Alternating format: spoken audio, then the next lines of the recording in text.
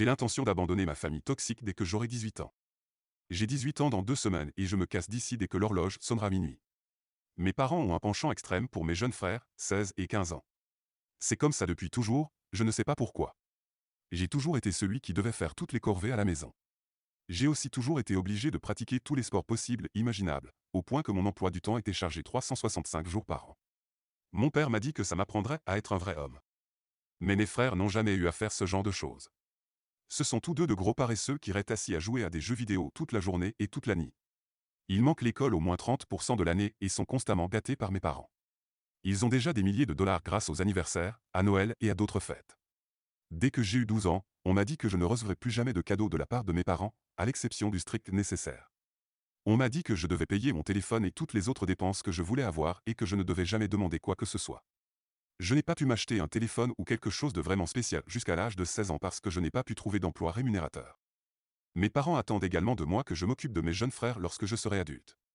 Mes jeunes frères ont tous deux décidé qu'ils n'iraient pas à l'université et qu'ils n'avaient pas intention de travailler un seul jour de leur vie. Mon père m'a dit, nous t'avons gardé en vie, tu nous le dois. Va te faire foutre. Je vais laisser une lettre désagréable sur la table quand je partirai et changer mon numéro de téléphone, m'aimer et tout le reste. Ils ne pourront jamais me contacter, quels que soient leurs efforts. Je sais que mes jeunes frères vont être niqués à vie puisqu'ils n'ont aucune expérience sur la façon de survivre dans le monde réel, mais je m'en fiche. C'est le fardeau de mes parents maintenant. J'espère qu'ils seront ruinés parce qu'ils doivent financer le style de vie de mes frères et j'espère qu'ils perdront tout. Je n'ai aucune sympathie pour ces gens et je ne me sentirai jamais mal, quoi qu'il leur arrive. La seule chose que je dois à mes parents, c'est qu'en raison des mauvais traitements qu'ils m'ont infligés au fil des ans, je suis tout à fait capable de survivre seul dans le monde. Je vais aller à l'université pour étudier la finance en Virginie, ils n'ont aucune idée que j'ai été accepté dans une université et ils ne me l'ont même jamais demandé. Je suis très en forme physiquement parce que je fais 6 sports différents par an. Cependant le traumatisme ne disparaîtra jamais. Ils m'ont volé toute mon enfance et je ne leur pardonnerai jamais. Ils peuvent tout aller se faire foutre. Partie 2. Je suis heureux de vous annoncer que je suis officiellement parti. Les 2 dernières semaines qui ont suivi la publication de ce post ont été très stressantes, mais je vais les résumer ici. Il y a quelques jours, j'ai changé de numéro en appelant mon opérateur de téléphone. Ensuite, je suis allé chercher une copie de mon acte de naissance, car je ne sais pas où se trouve mon véritable acte de naissance. J'ai également vérifié que mon compte bancaire était sécurisé et qu'il n'était pas partagé avec mes parents. J'ai acheté un billet d'avion la semaine dernière pour me rendre à l'aéroport international de Dulles en Virginie, juste à côté de l'endroit où j'irai étudier à Fairfax.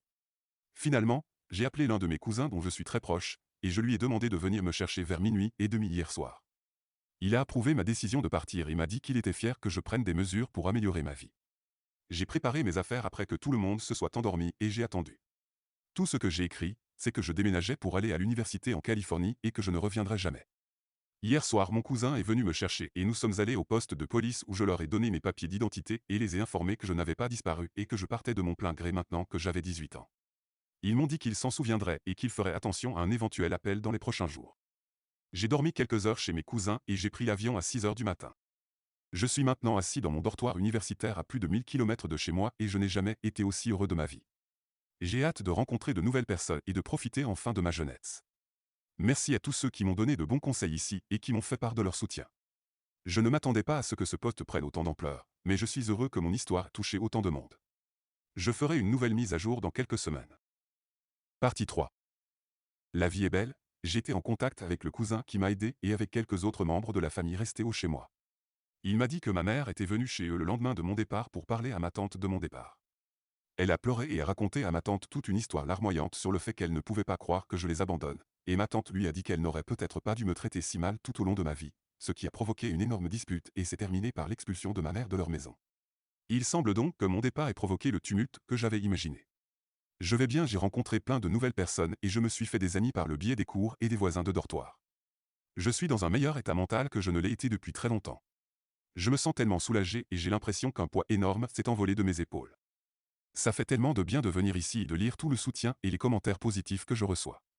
Je suis vraiment reconnaissant à cette communauté. On est maintenant quelques mois plus tard, ma vie n'est jamais été bien que maintenant. Je suis retourné chez moi pour les fêtes mais seulement pour voir mes oncles, tantes et cousins.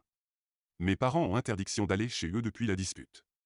Ils ne savent toujours pas où je suis et ils auraient arrêté de chercher, ce qui me va complètement d'ailleurs. Je travaille à 2 restaurants différents pour vivre sereinement à côté vu que j'ai obtenu une bourse dans ma fac. Merci pour votre soutien et vos commentaires au cours des derniers mois, alors que j'étais silencieux. Plein d'amour et peut-être à bientôt.